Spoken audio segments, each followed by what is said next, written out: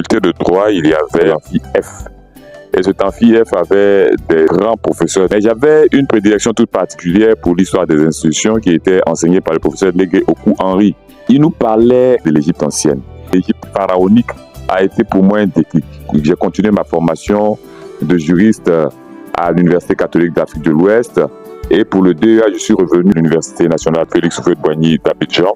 Je suis allé voir le maître, le professeur Légué Oku-Henri, et il m'a proposé de faire mon mémoire de DEA sur Saint-Paul. Ça n'a pas marché, n'a pas matché comme on le dit. J'avais toujours en esprit l'Égypte ancienne. Je me suis orienté vers autre chose. Je me suis rendu compte que le fonds documentaire concernant l'Égypte ancienne n'était pas assez consistant. Comment faire?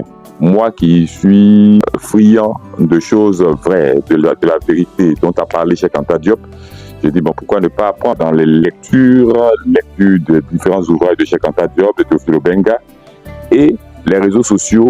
J'ai écouté des auteurs comme Dibam Mbok, Thomas Sidoyan, Kalala Omotunde, et c'est tous ceux-là qui m'ont montré que l'attrait que j'avais pour cette Égypte-là est légitime. Et je me suis rendu compte qu'il faut étudier les hiéroglyphes pour mieux connaître l'Égyptien ancien. Et dans cette quête-là, j'ai découvert que l'Égypte ancienne n'avait pas produit que les hiéroglyphes. Ils ont aussi produit le hiératique, le démotique.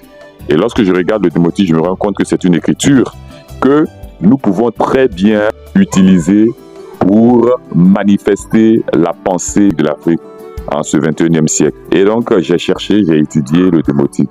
À mesure que l'étude se faisait, je me rendais compte que de nombreux mots étaient en partage entre la langue maternelle qui est la mienne, le Bété de Côte d'Ivoire, et l'égyptien ancien. Des mots comme Koré, la face, Iri, l'œil, Osiris, qui est Ziri chez nous, comme Nané, qui veut dire beau. Donc j'ai appris le démotique dans les études qui sont faites aujourd'hui. Le démotique n'est pas vocalisé.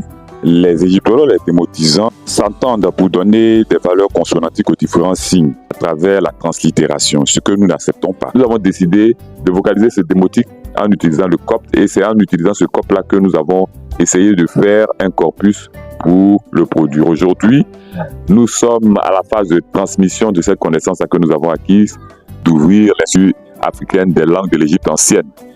Et très bientôt, nous lançons notre première cohorte de lecteurs de papyrus, papyrus démotique 100 ans. Et je suis convaincu que vous y viendrez et que vous ferez partie de ceux qui vont apprendre la langue et l'écriture de l'Égypte ancienne. La connaître permet de découvrir notre histoire, de découvrir notre passé.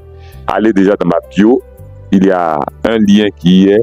Cliquez sur le lien, il y a un cadeau. Je suis Michel Désiré Dia, spécialiste francophone du démotique. Likez, partagez, à très bientôt.